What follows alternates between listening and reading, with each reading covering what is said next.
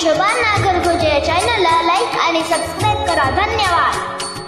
झाल्याच्या नंतर काय झालं, आता त्याला मृत्यूच्या टायमाला यम दिसू लागले आणि आवाज देऊ लागला, भीती वाटू लागली. मरण कसलं असतंय म्हणून आमचे साधू संत म्हणतात मरण भयानक असतंय. 100 विण जवळ चावले यज्ञ होत्या महाराज. आणि जन्म तरी सोपाय का, कारण ह्या गर्भामध्ये कसली विष्ठा असते, किडे असतात, काही पण असतंय. खूप भयानक असते जन्म आणि त्याच्यापेक्षा मृत्यू खराब असतंय. भीती वाटू लागली, यम दिसू लागले आणि नारायण नारायण नारायण. आता कुणाला तरी हाक मारते ना माणूस, भीती वाटू लागल्यास आवाज देऊ लागला आणि तेवढ्यामध्ये त्याचा मृत्यू झाला. आता ते नारायणाचं नाव ऐकून विष्णूचे दूत आले आणि यम पण आले. पण दोघांचं असं झालं, भांडण लागले तिथं. विष्णूचे दूत म्हणू लागले आमच्या मालकाचं नाव घेतलं ह्यानं, आमचं गिरायक आहे हा. पण यम म्हणू लागले अरे हे पापी आहे, कितीतरी दिवसापासून कितीतरी पाप केले ह्याला, इकडे नरकात न्यावं लागतंय. बघा आता हे कोण सोडणार आहे. हे सगळे बरी गेले आणि धर्मराजाला विचारू लागले ह्याने पाप जास्त केले का पुण्य. पण आता कसं आहे, मरताना नाव आलं होतं देवाचं. विष्णूला विचारा म्हणे. विष्णूकडे गेले सगळे, म्हणू लागले ह्याला काय करायचं, मुक्त करायचं, मुक्ती द्यायची का नरकात टाकायचं. विष्णू सांगू लागला माझं नाव घेतलं ह्यानं, हा माझा भक्त आहे. देवा तुमचं नाव घेतलंच नाही. कसं आहे, ह्याच्या मुलाचं नाव आहे.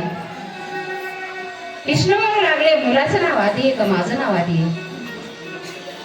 अरे किती दिवसापासून भगवंत आधी आहे, हे तर आता जन्मलं बाळ, मग माझंच नाव आहे ना आधी, माझाच भक्त आहे, मुक्त करा म्हणे. अशा पद्धतीने महाराज मुक्तीला गेला. अशा मेळ पापराशी नामाच्या उच्चारानं आणि नामाच्या समर्थ्यानं मुक्त झाला. अशा वेळ आता पुढे अशाच कथा की भयान खूप येणार आहेत महाराज. त्याच वंशामध्ये प्रियव्रत झाला. कोण होता तो? प्रियव्रत राजा. अहो प्रियव्रत राजा लग्नच करायचा नाही म्हणत होता. पादाचा भाऊ होता महाराज तो. सगळ्यांना सांगितलं अरे बाबा लग्न कर, लग्न करून पण भगवंताची भेट घेता येत्या, संसारात राहून पण परमार्थ करता येतंय. मग ऐकलं त्यांनी आणि लग्न केलं महाराज. आणि लग्न केल्याशिवाय खरं सांगते कसं आहे, पक्षी पण जमीन, हाती दंत बिन, नारी पुरुष बिन, नदी जलाविन, वृक्ष फळाविन, तसा मनुष्य भजविन समरण करलीचे. मनुष्याच्या जीवनामध्ये भजन नाही घडलं तर जन्म व्यर्थ आहे, आला तसा वाया गेला, उपयोगाच नाही त्याचा. बघा मग लग्न करा, पुढे वंशाला मुलं बाळ झाले पाहिजे, उद्धार करून घ्यायचा असला तर लग्न करा. सगळ्यांनी समजल्याच्या नंतर लग्न केलं आणि 10 मुलं झाले.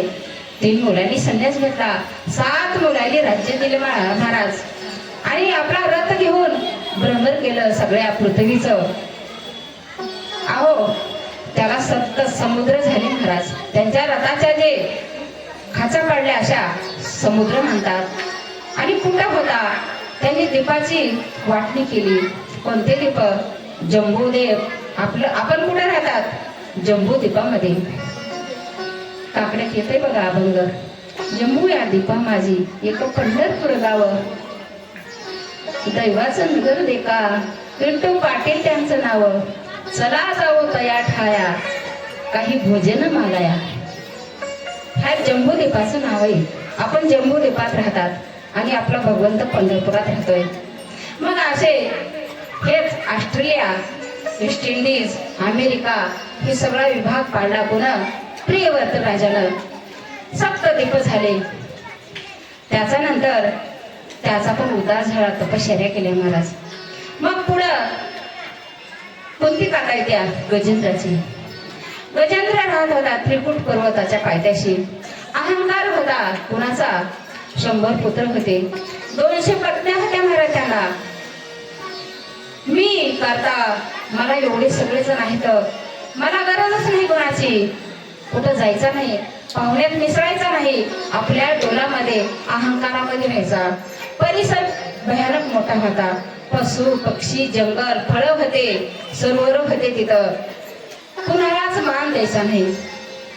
असे असतात गरिष्ठ लोक काही. पण एक दिवस गर्व नष्ट झाला की मग कोणीच नसते कोणाचं, सगळे सोडून गेलेले असतात. मी सांगितलं आपले आप्तमित्र बंधू बहीण सखे ज्यावेळेस आपल्यावर वाईट वेळ आली त्यावेळेस सोडून जातात, कोणीच नसतात. आणि तसंच झालं. एक दिवस आनंद घ्यायचा म्हणले, चला सरोवरात जायचंय, आपल्याला न्हायचंय. आपल्या पत्नी लेकरं बाळ सगळे घेऊन जात होते. आणि एवढं बाळ होतं कारण लहान प्राण्याला छळ करायचा, एवढा कळप निघाला की तोडून मारायचे बाकीचे लहान पक्षी प्राणी. अहो गेल्याच्या नंतर आणि किती सज्जन राहिला तरी एक तर दुर्जन असते बरं का. काय असतं, आपला वैर दावा असतंय. वैर दावा धरायचा नाही आपण कुणासंग, भांडण करायचं नाही. तुम्ही आता जरी नाही मिटला तर पुढचा जन्म घ्यावा लागत आहे. आणि त्या सध्या जन्मामध्ये ते वैर दावा तुम्हाला पुन्हा घ्यावा लागतंय. खोटं नाही सांगत तुम्हाला. विश्वामित्र आणि वशिष्ठ ऋषी कितीतरी दिवस काय होते, हे देव ऋषी होते. पण त्यांचा वैर दावा होता. एक देव ऋषी असायचा आणि एक साधू होता बरं का. पण ह्यांचा वैर कधीच मिटत नव्हता. त्यांनी आडिंबाचा आणि बकाचा जन्म घेतला होता. आणि एका अरण्यामध्ये जिथं एका पक्षाचा जन्म झाला तिथं दुसऱ्याचा जन्म झाला. आणि तिथं पण 10,000 वर्षे भांडण करीत होते. देवानं येऊन म्हणले, काय तुम्ही एवढ्याने मोठ्याने ऋषी येतं आणि तुमचा झगडा मिटत नाही. वैर करायचा नाही महाराज. पुढच्या जन्मासाठी आताचे वैरी पुढे भेटतात आणि वैर चालूच राहतंय. मग हे पण वैरच होता. हत्ती कोण होता? अहो राजा होता एक. आणि ते नक्र होता बरं का पाण्यामध्ये. ते हुहू मनाचा गंधर्व होता. त्यांचं असं छेडलं होतं भांडण. पण 1000 वर्षापासून त्यांचा वैर होता. नेमकं त्या पाण्यामध्ये आले, आंघोळ करू लागले, मस्ती करू लागले, पाणी अंगावर घेऊ लागले. पण पाण्यामध्ये पाय पकडला गजेंद्राचा. मग आता कोण सोडणार आहे? कारण त्याचा सत्ता होती त्या सरोवरात सगळी. कितीही माणूस बळीवान असू द्या, त्याची सत्ता फक्त कुठं असते? त्याच्या परिसरात. आता मी किती मला सगळे मानित असले परभणी, इथं काही चालणार नाही. कारण तुमचं सत्ता इथं. तुमच्यासारखंच मला बोलावं लागतंय. एक दोन शब्द जर वाईट बोलला तर अजून 3 दिवस राहायचे मला इथं.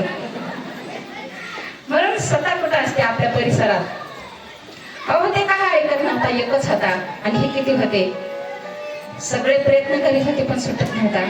सांगितलं, अरे मला वडा, अरे माझे मुलं बाळ आहेत, पत्नीला बळ लावा. अहो एकमेकाला हत्ती काय करत होते, सोंडाला सोंड लावायचे, वडायचा प्रयत्न करीत होते पण सुटत नव्हता महाराज. कंटाळून काय केलं त्यांच्या मुलाबाळांनी, जाऊ द्या म्हणे, पिकलं पान आहे, कधी एक दिवस मरणारच आहे, चला आपण कशाला आपलं आयुष्य बरबाद करायचंय. निघून गेले महाराज. शेवटी पत्न्या तरी कशाला हे करतात? बायकोचं तर माहित आहे तुम्हाला. अहो बायकोचं तुम्हाला खरंच माहित नाही, एवढं प्रेम आहे म्हणतात ना. नाही बघा, तुम्ही तिच्या विरोधात वागून बघा. तिच्या मनासारखं तुम्ही वागायचं नाही. अगर साडी घ्यायची नाही, अगर तिच्या गणागताने तुम्ही काहीतरी त्रास द्यायचा, काय नशिबाला मेल्या बसलाय म्हणतात. आणि कसं आहे, धनवंता लागी स्त्री लो लो करी कैशी, कुटका देखोनी, जशी कुत्री असते ना, कुटका देखून आपला गोंडा हली होती, तसं स्त्रीचं असतंय.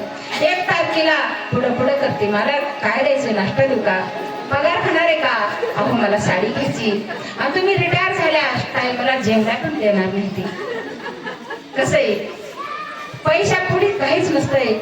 सब है पैसे की भाई, दिल का साथी कोणी नाही. जब तक पल्लों में पैसा है जोरू गुलाम करी, एक दिन पैसा निकल गया कोई मिटा नहीं बोले. तुम्हाला नाही, तुमच्या पैशावर सगळे प्रेम आहे महाराज. मग असंच होतं बघा ना, आमच्या साधू संतांनी किती लिहिले, बाईले म्हणे खर मरता तरी बर, नाशी येले घर थुंकून या. अहो कुठला आजार होते तुम्हाला, तुम्ही घरामध्ये घाण करा, हे म्हातारं मरण झाले म्हणतात, कुठवर करायचं. आणि तुम्ही पाहिले आता कोरोनाच्या काळामध्ये, अहो तुमच्या पतीला कोरोना झाला तर काही बायकांनी काय भागरी काय घर सोडून गेले माहेरला निघून, मला नाही मरायचं म्हणे, मला जगायचंय. ते मोरू नुसतं कळालं पॉझिटिव्ह आहे, घेऊन जाऊ त्याला, पण मी नाही करणार. म्हणून कोणी नाही बाबा कोणाचं. सगळे जन ही सुखाचे, दिल्या घेतलेल्याचे, अंत काळीचे कोणी नाही. नाही कुणाचे कुणी, तुझे नव्हे रे कोणी. अंतिल जासील एकल प्राण्या माझे माझे म्हणून. अंतिल जासील एकल प्राण्या माझे माझे म्हणून. नाही कुणाचे कुणी, तुझे नव्हे रे कोणी.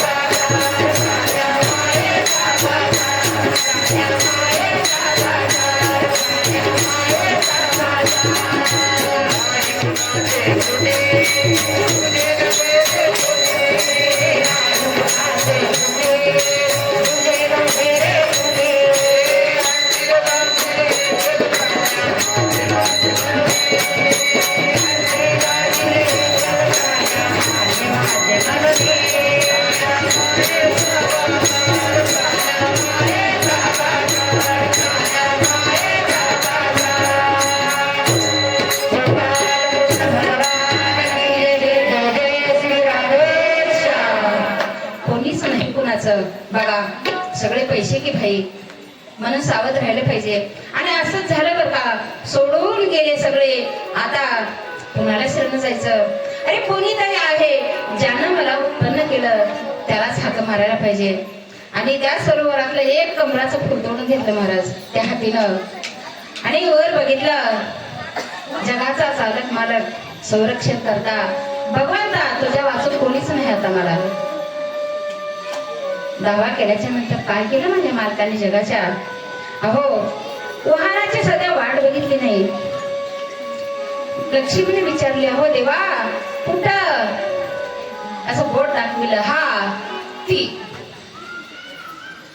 हात तिकडं चाललोय, हात तिकडं. आणि पिवळा पितांबर घालून गगनावर बसून भगवंत आले बर का. कनवाळू झुपाळू भक्ता लागे मोही, गजेंद्राचा धावा तो केला विटाई. येयो पांडुरंगे, येयो पांडुरंगे. पिवळा पितांबर कैसा गगनी झळकला, गरुडावर बैसुनी माझा कैवारी आला. कोठे गुंतला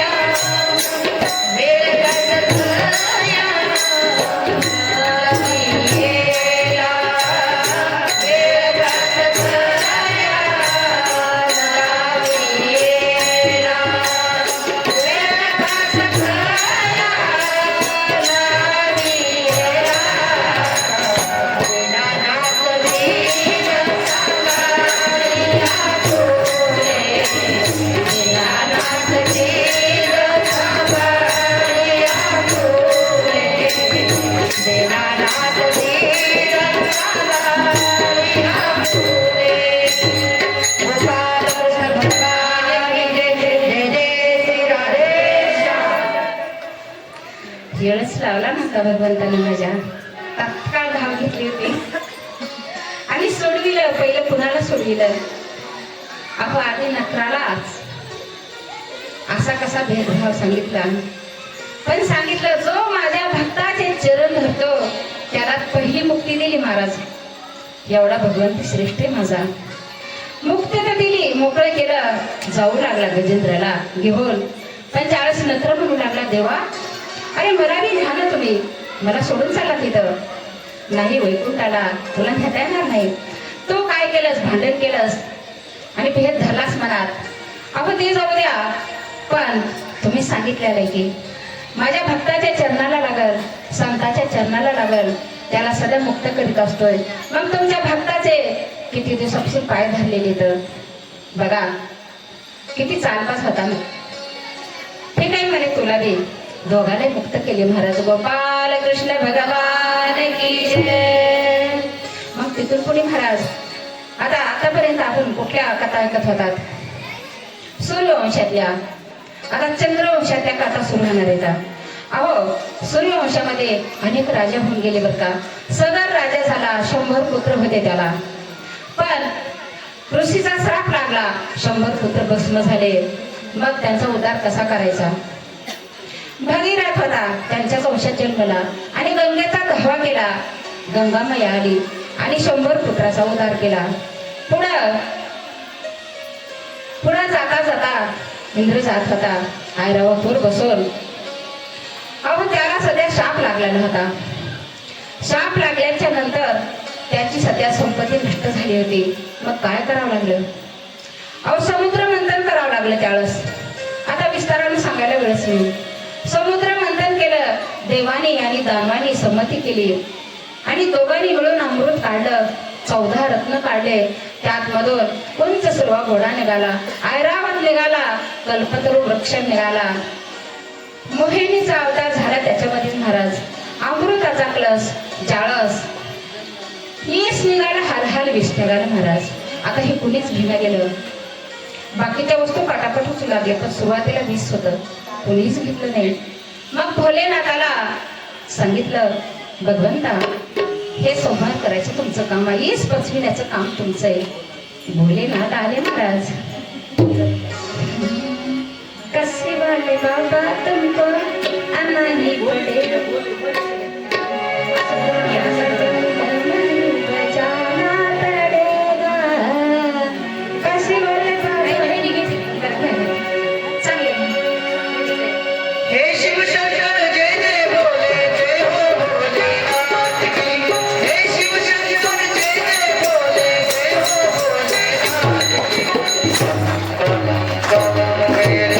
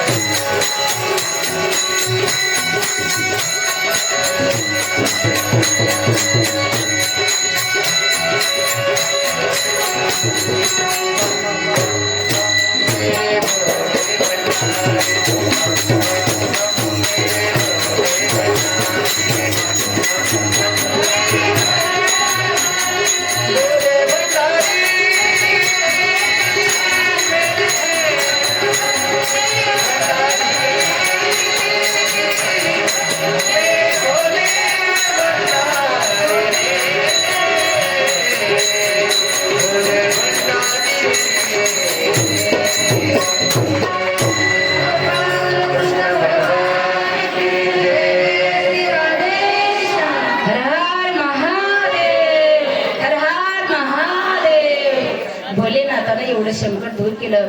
हाल हाल ईश केलं महाराज. का सहन झालं? कारण कंठामध्ये भगवंताचं नाम होतं, राम नाम होतं. पण ईश कुणं केलं? भगवंतानं, भोलेनाथानं. कंठ काळा झाला, पण तिकडं विष्णूचं मात्र सगळं शरीर काळं झालं. एक एकाच्या हृदयी ओढी सागर त्या ठाई. विष्णू आणि भोलेनाथ वेगळे नव्हते, एकच होते बरं का. साक्षात रंग सावळा आला. म्हणून काय म्हणतात, माझा पंढरी पांडुरंग सावळा आहे. अशा पद्धतीनं समुद्र मंथन झालं. लक्ष्मी निघाली साक्षात. मोहिनी रूप घेऊन अवतार घेतला आणि अमृताचा कलश निघाला. त्याच्यावरून वाटण्या झाल्या महाराज. पुन्हा युद्ध पेटलं. नंतर वामन रूप धरावं लागलं. राक्षसाची आणि देवाची संमती करावी लागली भगवंताला. अमृत बंधन झालं. सगळ्यांचा उद्धार झाला. अमृतसुराजी त्याच कुळामध्ये जन्मले होते, त्यांचा पण उद्धार झाला. अहो पुढे चलून रामराजे दशरथ राजा होता अयोध्येचा. कसं आहे, कृष्णाच्या मध्ये एका श्लोकाचा पण राम सांगायला पाहिजे. परिपूर्ण अवतार रामाचा आणि कृष्णाचा. आता राम राज्य झाले ज्यावेळेस दशरथ राजा होता, आज राजा होता, दिलीप राजा होता, अनेक राजे झाले, रघु राजा होता आणि त्यांच्या कुळामध्ये मुलबाळ नव्हतं महाराज. मग काय करायचं? यज्ञ केला. कामष्टी यज्ञ पुत्र प्राप्तीसाठी केला. अहो ते यज्ञ केला आणि शापन लागला राजाला. एकदा शिकार करायला गेला आणि त्याच नदी तीरावर श्रावणबाळ आपल्या वृद्ध आई वडिलाला, आंधळ्या आई वडिलाला पाणी नेण्यासाठी आला होता. आणि वेद भेदी बाणाचं ज्ञान होतं राजाला. अंधाऱ्या रात्रीमध्ये बाण सोडायचा. पाण्याचा आवाज आला आणि राजाला वाटलं पशु प्राणीच आहे पैकी बाण सोडला. पण ते कुठं बसला? श्रावण बाळाच्या हृदयात. शिर आला हो आला दाहून आला काळ, एवढलेस श्रावण बाळ.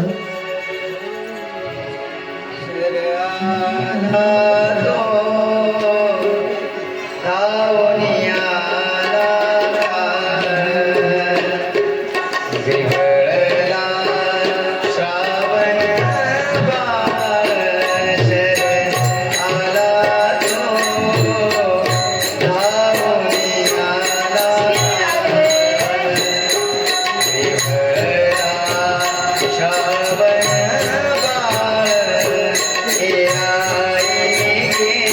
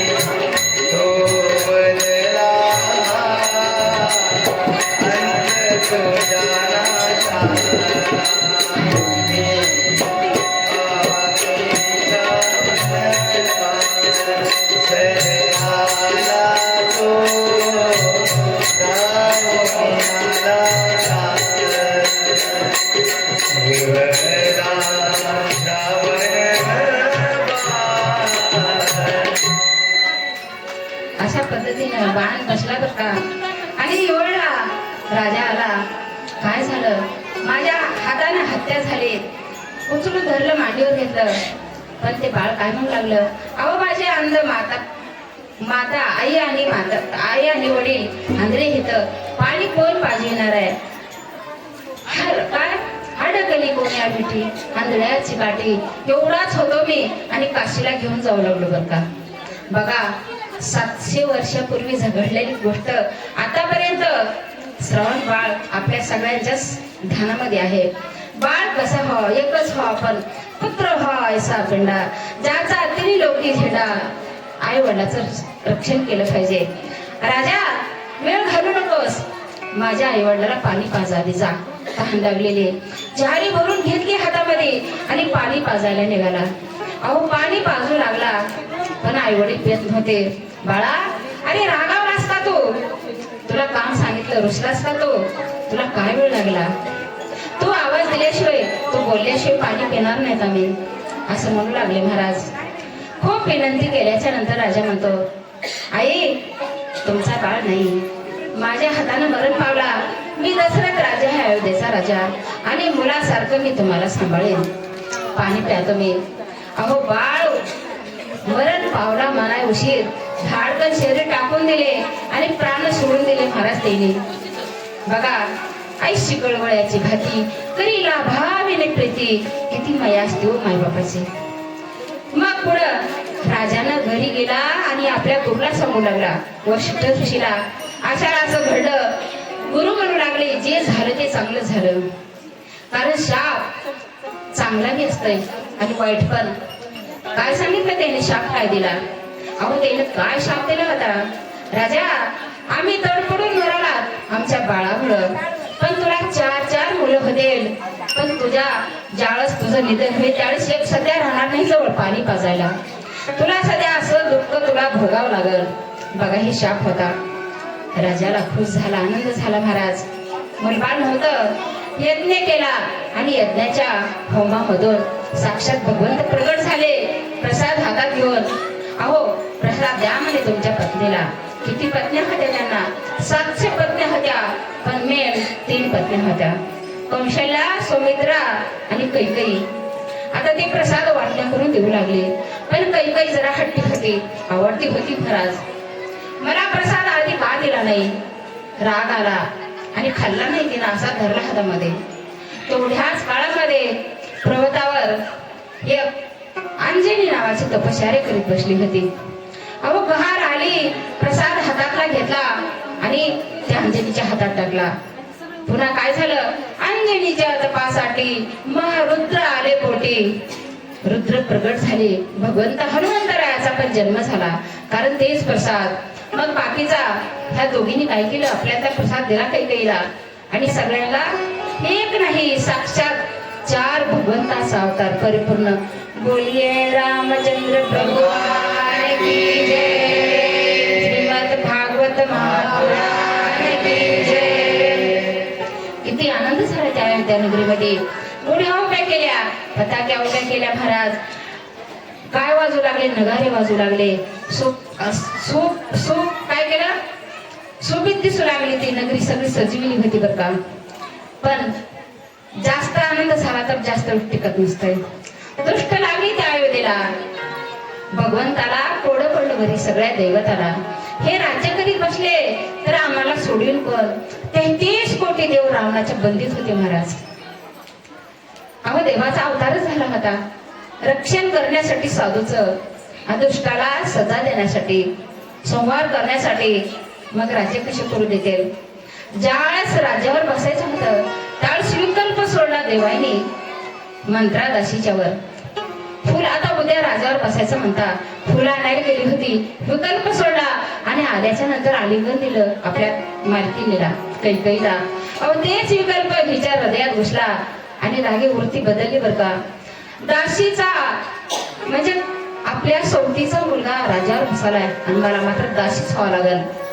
हट्ट धरला आणि पूर्वी काय केलं होतं, इंद्रासंग लढाई खेळायला गेलते राजे आणि त्यावेळेस युद्धात हारू लागले, रथ मोडला होता महाराज. ह्या कैकईनं आपला दंड घातला होता चाकाच्या ह्याच्यामध्ये आणि जिंकून आले होते. त्यावेळेस सांगितलं होतं काय मागायचे तुला? अहो वर मागितले होते पण आता नाही, मला वेळ पडल्यास मागून घेईल म्हणली होती. मग तिच्या लक्षात आलं आता मागायला पाहिजे आपण आणि लगेच मागितलं महाराज. काय मागितलं? 14 वर्षाचा वनवास रामाला आणि माझ्या भरताला गादीवर बसवा. दुःख पसरलं सगळं पण आज्ञा होती आई वडिलाची. राम प्रभू गेले वनामध्ये, सीतामाया संग गेल्या, लक्ष्मण संग गेला. आता तिकडे खूप घडलंय पण एवढं रामायण आलं नाही महाराज ह्याच्यामध्ये. अहो रावणासंग युद्ध झालं, जिंकले, वापस आले, परत लवकुशाचा जन्म झाला. पुढे आता असंच काय होऊ लागलं, पाप वाढू लागलं, धरणी माता रडू लागली आणि एक दिवस रडत रडत कुठे गेली? ब्रह्मदेवाकडे गेली. ब्रह्मदेवाला म्हणू लागली भगवंताला सांगा, अवतार घ्यायला सांगा, आता सहन होत नाही, पाप किती सहन करायचं, अधर्म वाढालाय. ती कुणाला पुढे केलं? ब्रह्मदेव पुत्र आहे महाराज आणि धरणी माता पत्नी. आता लेकराला जास्त माणूस, एखादा ऑफिसला गेला नाही जात तरी जातोच, बायकोने सांगितलं तरी जातोच. पण एखाद्या मुलाला धरलं त्याचं, पप्पा नाही जायचं, थांबवतो पप्पा. तसंच केलं बरं का. देवाला शरण गेले आणि सांगितलं धरणी माते घाबरू नको, अवतार घेणारच आम्ही. सगळ्यांनी काय केलं, मीटिंग भरविली आणि स्वर्गातले देव होते सगळ्यांनी खाली यायचं. कारण त्या वृंदावनामध्ये गोपीच्या रूपानं, ऋषीच्या रूपानं एवढा मोठा सगळ्यांनी देव गंधर्व सगळ्यांनी जायचं ना अवतार घ्यायचा. ठरलं बरं का. ज्यावेळेस शेषाकडे गेले, शेषा आपल्याला अवतार घ्यायचा आहे. विष्णू सांगू लागले नाही आता मी येणार नाही. अरे रामाचा अवतार घेतला त्यावेळेस किती मला तकलीफ झाली, 14 वर्ष उपाशी राहावं लागलं नुसत्या फळावर, तो मात्र सुखात राहिला. काय सांगितलं रामाने? नाही दादा आता नाही तसं होणार, आता बल दादा हा तुम्ही मोठे व्हा आणि मी लहान होईल आणि तुमची आज्ञा पाळेल. ठरलं महाराज अवतार घेण्यासाठी तयार झाले सगळे आणि आपण पण तयार व्हा. रस्ता चांगला सोडा, तिकडून मस्त खेळत येणार आहेत, काही शूटिंग चांगली घ्यायची, तिकडून सजून यायलेत मस्त. श्रीकृष्ण भगवंताचा अवतार होणार आहे आपल्याकडं. अहो सूरसेन नावाचा राजा होता, देवक नावाचा राजा होता. उग्रसेन राजाच्या पुढे कोण जन्मलेलं होतं? वसुदेव. आणि सूरसेनाची मुलगी होती महाराज कंस होता आणि देवकाची मुलगी होती देवकी. आता एक दिवस काय झालं, हे देवकी मोठी झाली, कोणाला द्यायचं? मग हे कंस होता, दुष्ट होता, त्याने ठरविलं हे मित्र आहे माझा, मित्राला द्यायची. लग्न ठरविलं, थाटामाटात लग्न करू लागले बरं का. पण त्या लग्नामध्ये एवढी वरात काढू लागले, घोडे रथ सगळं. चुलत बहीण होती पण लाडकी होती. पण त्या लग्नामध्ये आकाशवाणी झाली, दुष्ट कंसा एवढा थाटात लग्न करतोस तू, पण हिचा 8वा मुलगा जन्मल आणि तुझ्या मृत्यूला कारण होईल, कारण तुझा मृत्यू ह्याच्याच हाताने केलेला आहे. आता मरण म्हणल्यास कुणाला वाटते मरावं? अहो त्याच वेळेस तलवार उपशिली आणि आपल्या बहिणीची हत्या करू लागला महाराज. पण आता ते वसुदेवानं सांगितलं, हे कंसा अरे तुझी बहीण आहे, स्त्री आहे, हत्या का करतोस? तुला भीती कुणापासून आहे? तिच्या बाळापासून आहे. मग आम्हाला काय कर, आम्ही मूल झालं की देऊन टाकतो तुला. तसंच केलं महाराज. बंदी शाळेत नेऊन टाकलं, बेड्या घातल्या हातामध्ये, कोंडून ठेवलं आणि पहिलं बाळ झालं आणून दिलं, दुसरं बाळ झालं आणून दिलं. अहो ते म्हणू लागला कशाला द्यायला तुम्हाला, पण नारद आले लावायला. कंसा अरे येडा आहेस का तू, कोणत्याही टायमाला येऊ शकतो, कारण हे लई चतुर आहे, चतुरात शिरोमणी, देव चतुर चतुर, देवाचा भरोसा धरू नको बाबा. तसंच केलं महाराज, पहिल्यापासून मारायला सुरू केलं. सगळे मारले आणि 7वा गर्भ मात्र गुप्त रूपानं रोहिणीच्या पोटात नेऊन घातला. ते कोण होता, बलदादा होता. ते थांबला तसाच. मग 8वा जन्माला आला. कवा आला, श्रावण वद्य श्रावण अष्टमी आणि 12 वाजता प्रकट झाला जगाचा मालक. कोणत्या रूपात झाला, 8 वर्षाची मूर्ती. देवकी वसुदेव म्हणू लागले, अरे एवढं बाळ झालेलं कोण विश्वास ठेवेल, आणि आता कुठं लपवायचा प्रकाश पडला होता. त्यांनी सांगितलं घाबरू नका तुम्ही, तुम्हाला सांगण्यासाठीच एवढा झालं मी अवतार घेतलाय. काय करा, मला एका टोपल्यात घाला आणि मला गोकुळात नेऊन सोडा. नंदाच्या घराला हो, नंदाच्या घराला मजरे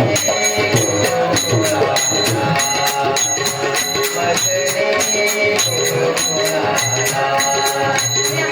मजरे गोकुळाला,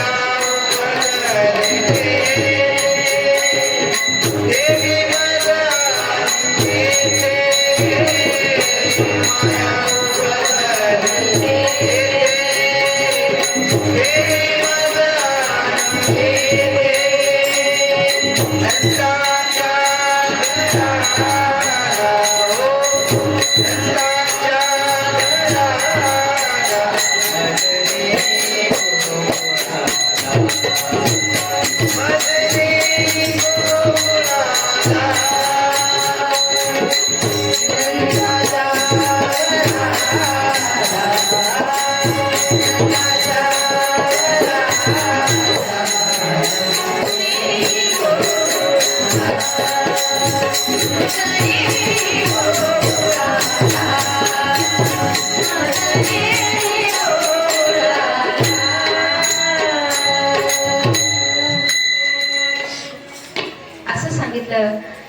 मला घेऊन जा आणि तिकडं नंद बाबाच्या घरी ठेवा, आणि तिथे एक मुलगी जन्मलेली महाराज, तिला घेऊन इकडे या.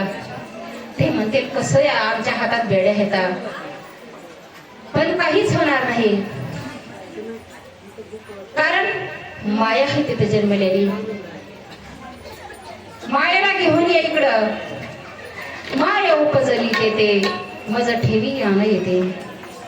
नंद बाबानं तसंच केलं बर का. वसुदेवाने टोपली बघितली आणि त्या बाळाला घातलं त्याच्यामध्ये. आता घातल्याच्या नंतर पाऊस होता वरून चालू, झड लागलेली होती, अंधारी रात्र होती. घेऊन निघाल्या उचलीला कमळापती, पायीच्या बंधन गळती, बेड्या गळून पडल्या, दार ऑटोमॅटिक उघडे झाले त्यांचे. नंद बाबा घेऊन निघाला होता. पण शेषाने फडी धरली.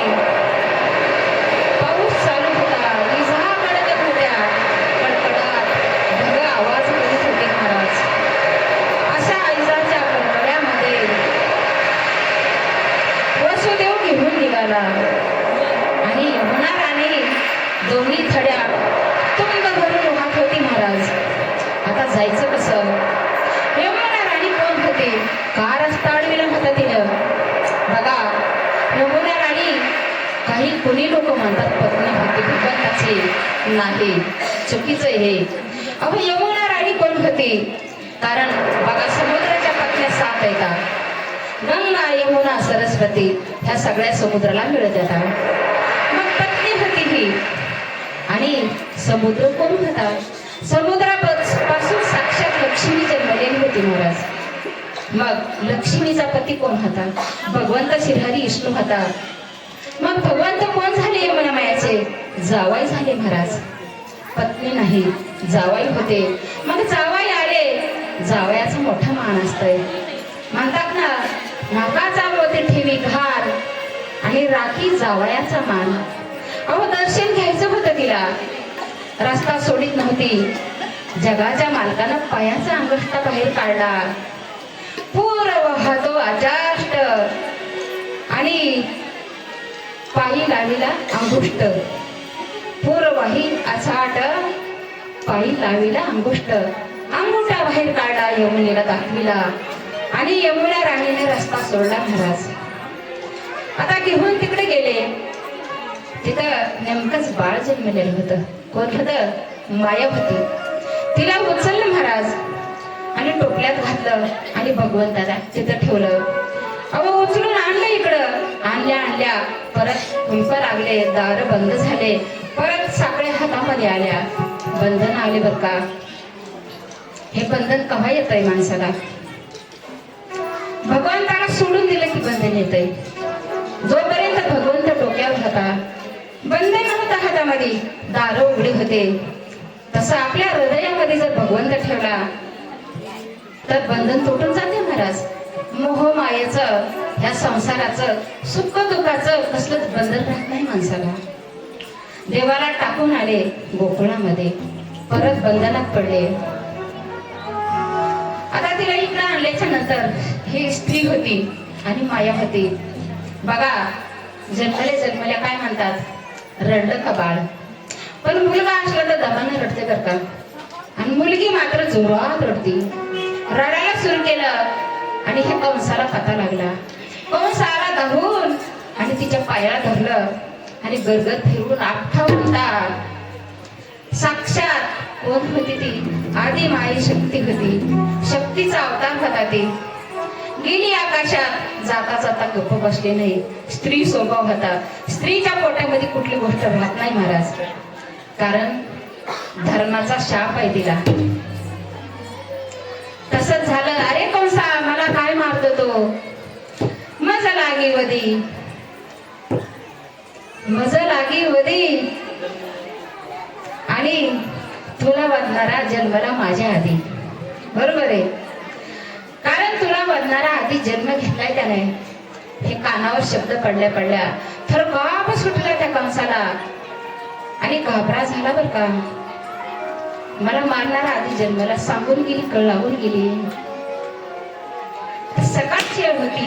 सकाळी आपला भगवंत उशीर लागला असेल कदाचित. पोहोचलाच नाही अजून गोकुळामध्ये. पाणी भरपूर असेल कदाचित. झड लागलेली पावसाची.